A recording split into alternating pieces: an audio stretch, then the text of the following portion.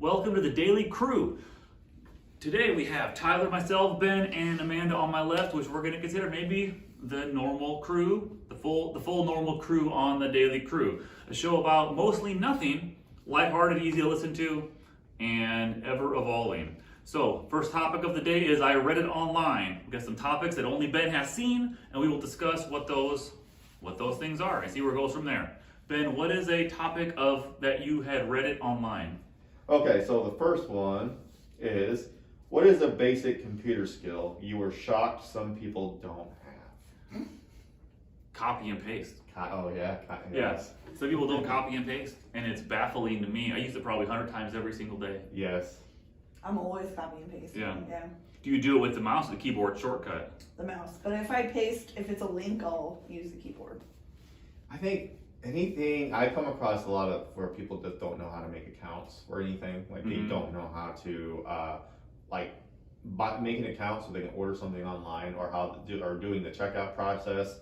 Some people struggle with Even that. with us, right? They'll call and like, well, how do I do this? Like, did you order something online before? And right. I guess people haven't, but most people haven't. Or just logging out of their profiles, if it's like Facebook, Instagram, how to start a new one, create one, all of the basic stuff.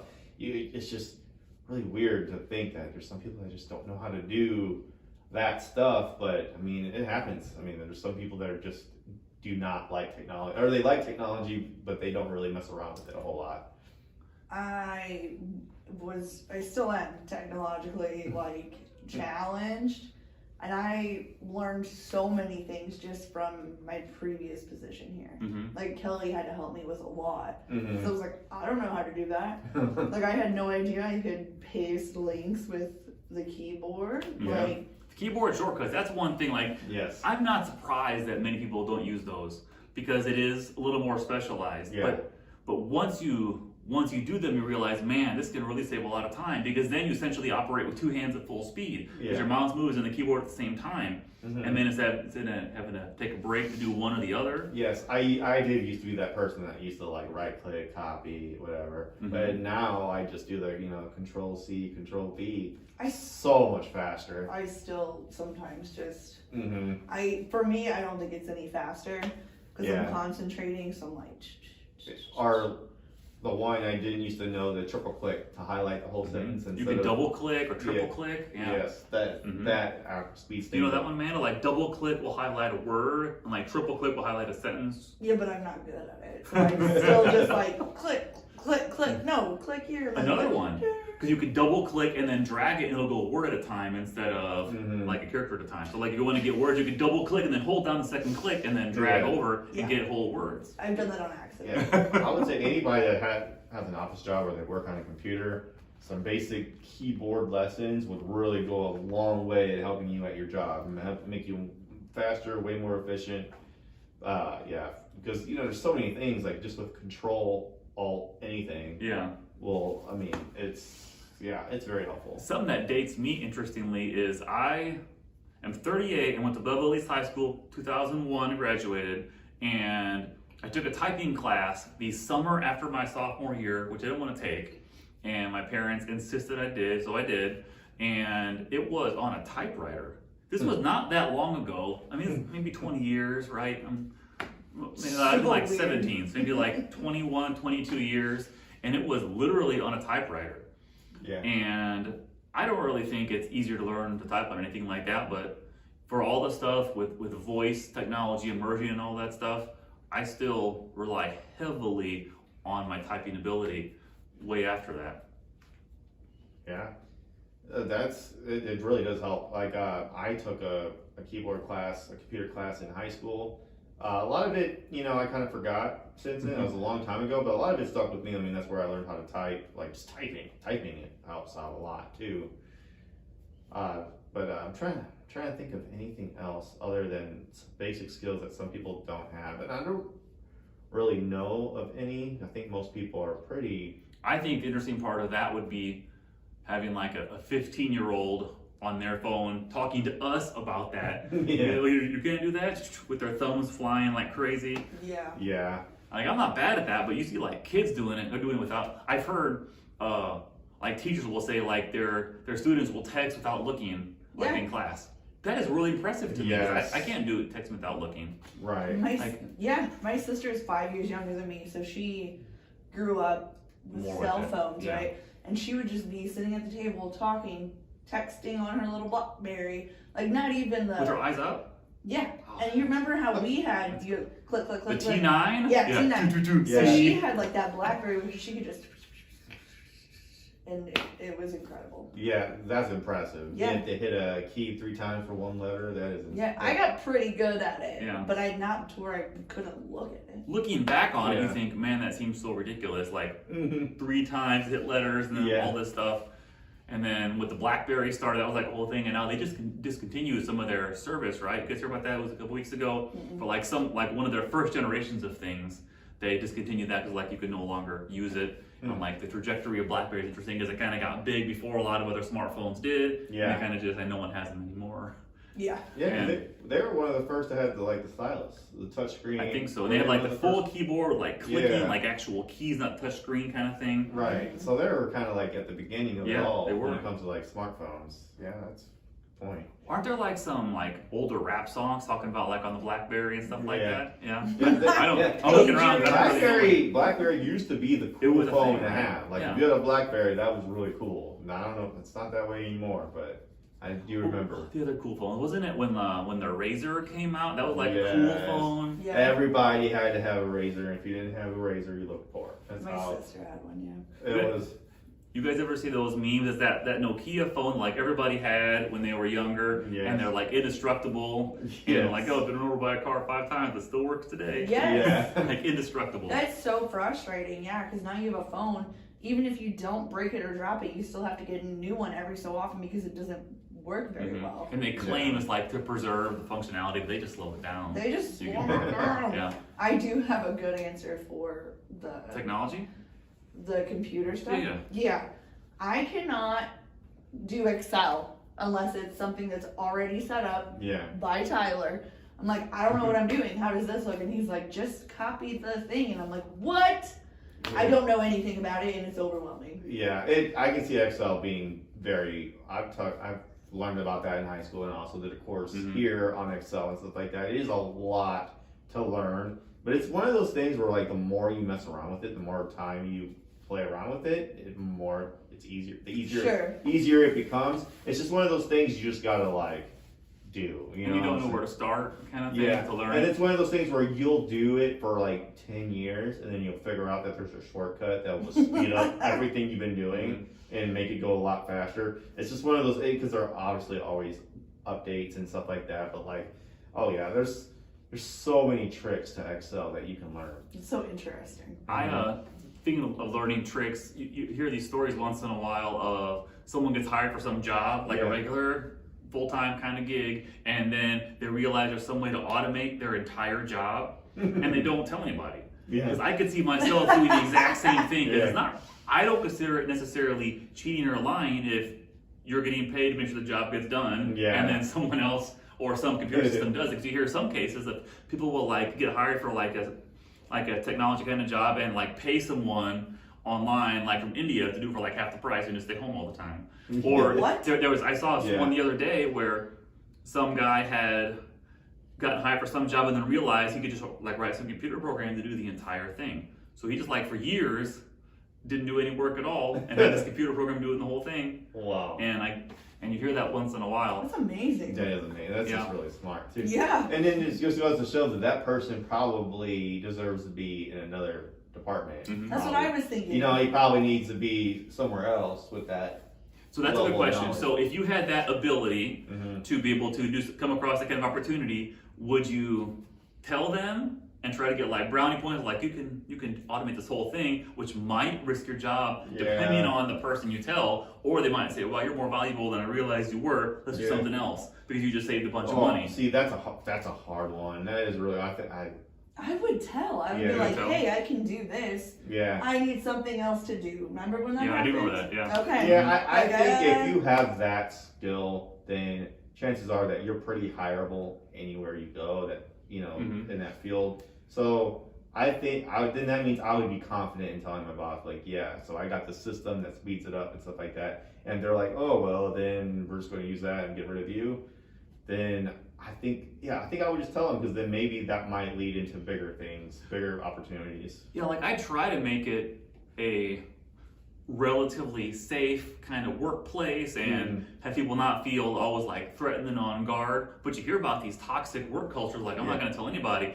I always think of the scene in Big when he first gets hired at that toy place. This is a super random example, but when John Lewis is like, "Oh, don't work too fast on this stuff. You got to make this last all day, like, or else they'll know that we can get this done faster." No, that was the thing in warehouses. In warehouses, I remember working one. They always, like, one of the first things I was taught was never show them your true potential, because then who taught that? Other workers there? Yeah, they said, because then they expect that every single time. Yeah.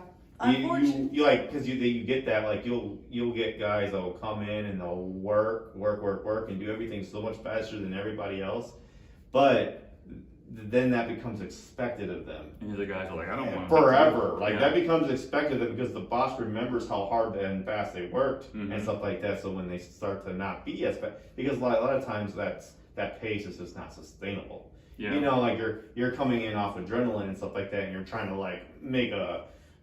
make a statement and stuff like that. Well, that energy and that motivation kind of starts to wear off, and the next thing you know, people are just, they expect that of you every single time, and then you kind of, that's what I was taught. But and a lot of it, if you're an hourly worker, so you clock in, you only have 3 hours worth of work, and then you got to find ways to, then I can see why somebody would want to milk what they have so they can get paid for a full day. I've done that. So I worked with my parents' company for 11 years, and I was a pretty good employee there. But outside of that, I've never been a good employee anywhere. I can admit that. I've never been a good employee. And so here's a great example. When I was a senior in college, junior and senior in college, I got hired as what was called the tutor coordinator on campus. And it was a management-ish position to supervise and hire and schedule a bunch of tutors to help kids out and all this stuff. And I got to make my own hours. And I was among the highest paid student workers on campus. So naturally, I had to work 20 hours a week, which the max you could do as a student worker. So I was always 20 hours a week. I probably did 2 hours of work a week. Oh my goodness. At the most. For 2 years. I got really good. At the time, it was a good version of Monopoly that was free online, so I played that a ton. Especially against the guy that worked at the front desk, too, because we'd play online. That was a lot of fun. Monopoly online, by the way, I love playing Monopoly. But it's so good online because it's so much faster. You don't have to, you can click and roll and move instead of having to roll and move and all that. The pace is so much faster. That's really digression on Monopoly. But I was a horrible worker lots of places. Every place except for with my parents, I actually cared more. My whole entire life, I've been how efficient and how fast can I do this? I've had feed constructive criticism of where they're slow down. Slow down, because what if you make a mistake? Even in school, an example. And you know what? It's kind of messed up. I'm annoying, I guess. So I would answer questions on a paper in full sentences, right? I didn't know no one else was doing that, but my teacher decided and put me on the spot, hey, Amanda does this, and I really like this format, so I really want you guys to start doing it. You're one of those kids? Did your mind about pop Not on purpose. You said you were going to give a quiz today. Did you forget? No, my son doesn't. I was not that person. Just when it came to work, I didn't know no one else was writing incomplete sentences. I actually think that ignorance a lot of times is an asset, because you don't know how things are quote unquote supposed to be, so you figure out what's a better way a lot of times. Yeah, and also I do notice some of the hardest workers I've ever worked with, some of the people I noticed, when they set a standard on how to do something or whatever, and then they don't do it, they typically always got labeled with having a bad attitude when they didn't do what they normally do. It's they have a bad attitude, they have a lot of potential, but they just don't want to do what they're capable of. I'm like, well, but they don't have that same expectancy of other workers. Mhm. Oh yeah. So other workers kind of get by. Well, that person it is kind of like the more you can do, the more it's expected out of you, and therefore you have more weight to carry. Yeah. And then that can get tiring for that worker, and then they're like, and then they become like, well, why am I this? Then they get framed as having a bad attitude. Yeah, I've literally been in that exact same situation. Yeah, it's a bad attitude, and it just kind of escalates from there, and then that's where a lot of it is just like, do your job, do it efficiently, but also like, I don't know, I can definitely see why somebody would maybe want to not go 100%, Mm-hmm. 100% of the time. I think I am a strange contradiction when I think about it. Were you surprised that I've always been a bad worker pretty much everywhere I've ever worked? I am surprised. Because I think now, my wife might think I'm kind of a workaholic, and it varies. And I joke around here because like at the office, I'm rarely the first one to come in, and I leave a lot, and I come back a lot of stuff. But then I think about the business like, well, I'm in the shower nearly every day Yeah. of the year. You're never really off the clock. Yeah, like the mental hours Mhm. are different than physical hours with business stuff. But like, so my first job I got fired from because I worked at the Schnucks. Do you guys know this? When I got fired from Schnucks? No, I'm the Schnucks embarrassed at for you. by Bubba Lease, the old location Yeah. before they moved, and so I was a bagger there. My first job when I turned 16, and one of the jobs of being a bagger there was bringing the carts back in, so you get your carts and everything. And I realized that one time I was out there pushing carts, and it was like 8 or 9 o'clock, it was dark outside, and I saw somebody, they were driving, and they had a cart held outside their window, and they would punch it, then they would slam on the brakes, and then the car would keep flying into a curb and like spin like 5 times in the air and just go crashing. And I thought, that sounds like fun. Yeah. So naturally I did that, and then I ended up getting fired for it. But I was always a bad employee there. And then I worked at the O'Fallon 15, and I would always lie. I was like, you go to work a lot, like, cause theaters, right? Like Christmas, New Year's, like holidays are big times for theaters. So naturally, I was just lied to say I was out of town or couldn't work. My jobs in college were way worse because I was a computer lab attendant for 2 years. And the progression of each semester, because like the first semester, like you work these 5-hour shifts, you never see your boss. I only saw them the first time at the interview, and the interview consisted of what days can you work. So that was the interview. So like you realize you never see anybody. So then like the first semester I stayed there. The next semester I would go like take naps on the couch in the hallway. The third semester I started actually leaving. Like I would go and clock in, and I would just leave and come back 5 hours later and then clock out. I've always been a horrible employee. Like when I say it, it's pretty bad. Like how did I? But I think you look at the patterns of a lot of people, and this is not me, but like at big organizations, like business owner, founder people that could never get hired at their own company based on the criteria they have set. Like, yeah. There's no way Elon Musk would get hired at Tesla doing like podcasts and smoking weed and stuff like that. I don't think many people that start a business could ever actually get hired at that business they started. Yeah. Yeah. And I think it's a strange connection to those things. It is kind of strange when you think about it that way. Yeah. It's something to ponder on. But nobody here can be sleeping on the job. Just clock out, leave, and come back. Yeah. Yeah.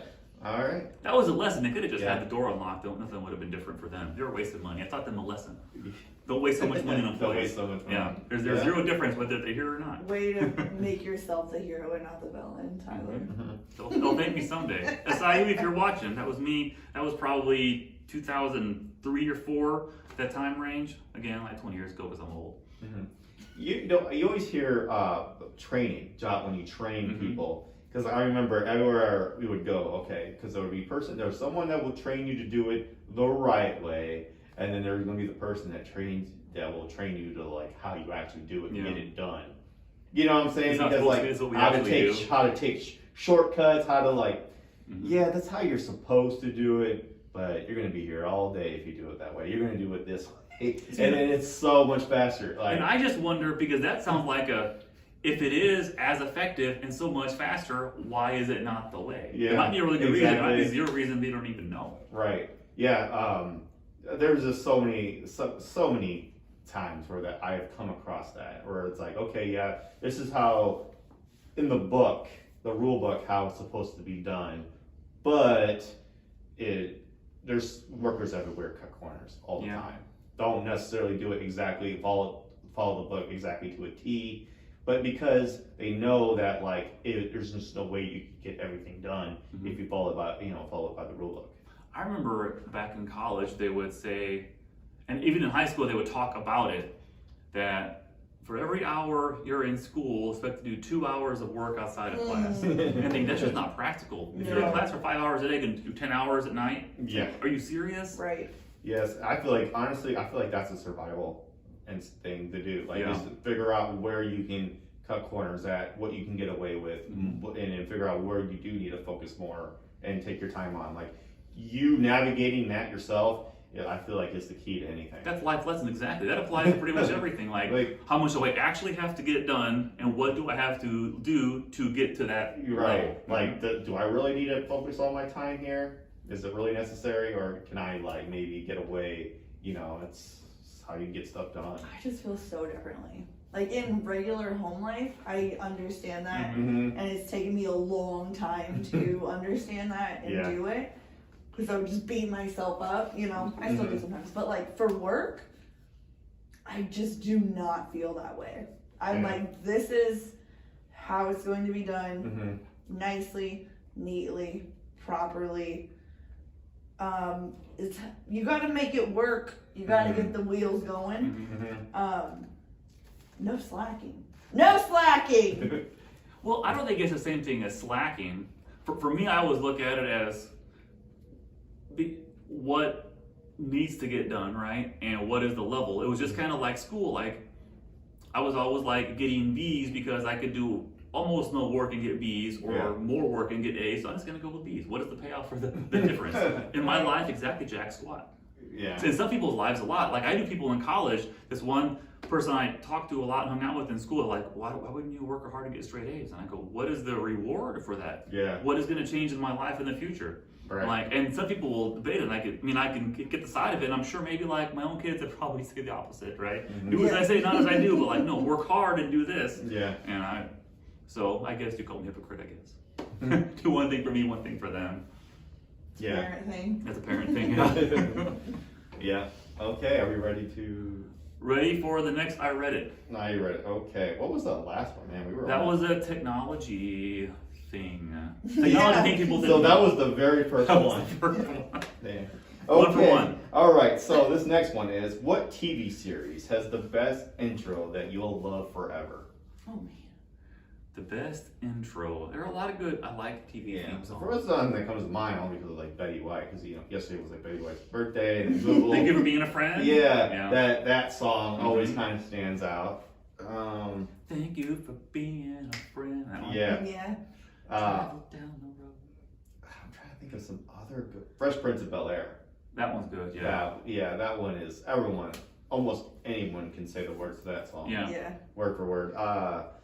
Trying to think. Cheers. Cheers is good. Yeah. Yes. Is there anything newer? Like a lot of these are like 20, 30-year-old And shows. Longer than that, because it's got to be 30. Because the 80s, man. Yeah. Yeah. Family Guy. I mean, I don't really like it, but I know it. Malcolm in the Middle. Oh yes, Malcolm in the Middle. Life is See, I don't know that one. I never watched You know that that- show. Oh, It it was was so funny. I didn't really watch it either, but I've seen a couple episodes. good. It's probably just the shows you watch. Yeah, Yeah. it really is. I'm just trying to think. James Bond. Well, that's not TV. I always like Gilligans Island theme song. I watched that a lot as a kid, like before school. Yeah. Yeah. I think it just depends on the show you watch. For me, it's Fresh Prince, Cheers, all that. Since you said Gilligan's Island, did you guys ever watch that show, Gilligan Island? No. Oh man. Is it similar or just? It's a children's show. And there was a frog named Binya Binya. And he's like, Binya Binya. I don't know. Gullah Island. How did they not? I think that if I were on Gilligan's Island and I was one of the other people that was not Gilligan, I think I probably would have killed him or got rid of him, because they could have been rescued so many times. They ruined it every episode. Yeah. And at some point, those survival instincts of it's gonna be we're not gonna make it. And I think people underestimate what they would do if faced with survival or not survival. Yeah. Because like I would never do that. Like I think you might if it was gonna be you or them. I think you might. Yeah. Just tie him up for. Yeah. It was so weird to feel about that show. Yeah, tie them up, feed them, but you're staying here all day. You're a liability to all of us. Isn't there a point where like they get off the island and then they somehow get back? One of the movies. Yeah. They built like a raft. I think it was, why do I know these things? I think it was called Return to Gilligans Island or Escape from Gilligans Island. Yeah. And they built like a raft. The big storm was coming because, of course, the professor knows all of this based off of radio. But there was like a huge storm coming at their location. They built this cool raft and they survived and they floated and they got rescued. And then went back to real life and realized how much the world changed since they left. So like Ginger's like, oh, why don't you do like a topless scene? She's like, I'm not doing that. And all these people that realized the world wasn't the same, so then they went on like a tour together, like to reminisce, and then sure enough, there's another storm back on the exact same island, back for like 30 years. That's silly. That is so silly. It's a silly show. Karen, my wife, she met Gilligan when you guys lived in Hawaii or something like that. It was a Yeah, while ago. actually, You meet him too? the skipper. The The skipper? skipper actually held me when I was a baby. Weird. Yeah. Do you guys know? There's a picture of it somewhere. Do you guys know his name on the show? They never, only like one episode they said it Mm-mm. when they were first marooned. Jonas Grumby. Oh, really? Mm-hmm. It's grumpy. Interesting. See, a life well spent on useless knowledge. Yeah. Man, I'm trying to think of other intros. I don't really know a whole lot. But I think Cheers is cheers good. wherever you want to go. Where everybody knows your name. You want a really cool one. I have to fast forward it because it's really weird and it's long, but I love it. And the song is True Blood. Never seen the show. The Yeah. intro to True Blood. Is it really The good? song is really cool. Mhm. And they put a lot of weird southern church stuff in there. They put weird Mhm. gore in there Yeah. and stuff. It's cool. Ah, I've never seen it. I've heard it's really good.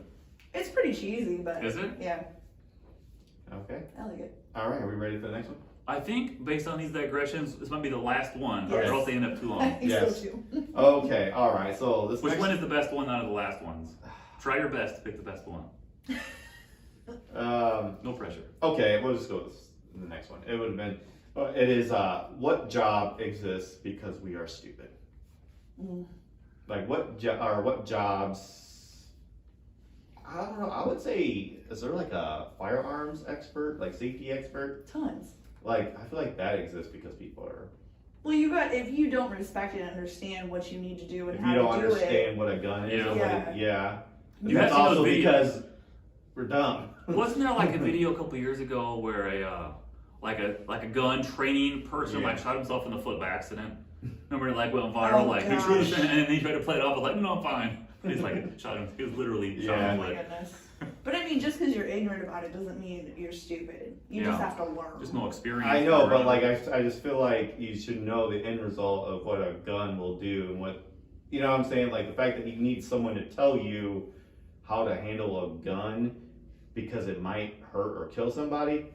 I think that's really Well, have common you ever sense. handled a gun? Yes, Okay. I have, and it's not rocket science. I handled I'm not saying it's not necessary or whatever, Yeah. but I really think that really just exists, the job of a firearms training safety expert, is because society just doesn't know how guns work. I handle two every day.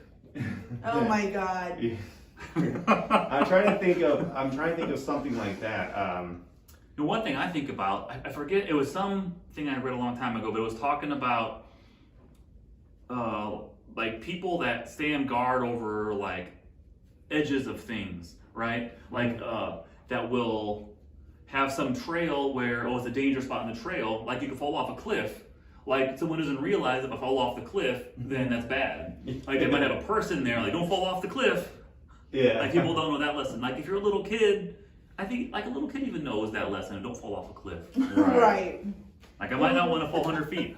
And You might not want to. it's funny because there's probably like tons of signs posted. Yeah. And that's like, okay, so sign makers, that's a good job to Sign have. makers. Because Mhm. there's warnings on everything and everywhere.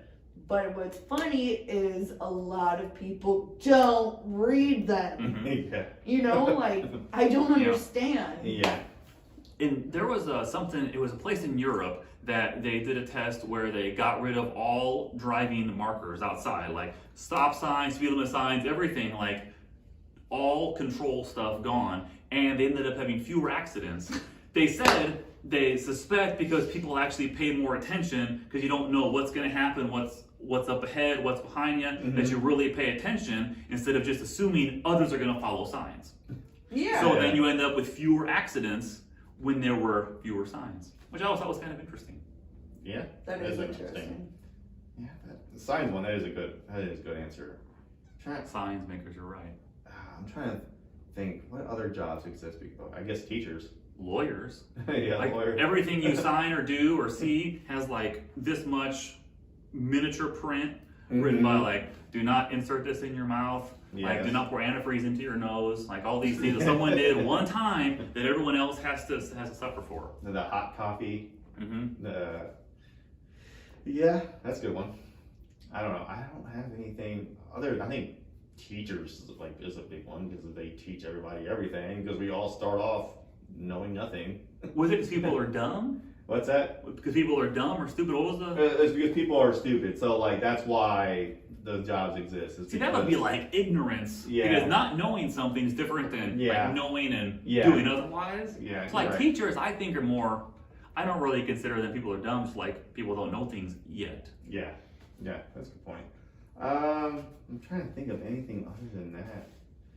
But yeah, firearm expert training, people that train safety. It's like the case of you should know better than this. That's the case of, how do you not know this already? Right, yeah. Yeah. And then sign makers is a good one. Sign makers, especially like the warnings on labels and stuff like, don't put this in your eye. Mm-hmm. Right. Do not ingest batteries. Right. Don't drink bleach. Yeah, don't swallow this. Yeah, I think those are the perfect answers. Well, Trump said that might help with Oh, yeah. coronavirus ingesting bleach. I forgot about that. Yeah. Now it's pee. He didn't say that, but people are out there suggesting that it's good. Yeah. Isn't it like jellyfish or something when you get stung or bit? Like they say the I don't know, the acidity or lack of that or something, like you pee on it. I think it's jellyfish and attack, it helps, right? helps make it out, safer, right? yeah. I have heard that too. I don't even know if that was just a myth, but Yeah, now I want to know. As I've heard it too. Yeah. I've also heard, so Bear Grylls, Mr.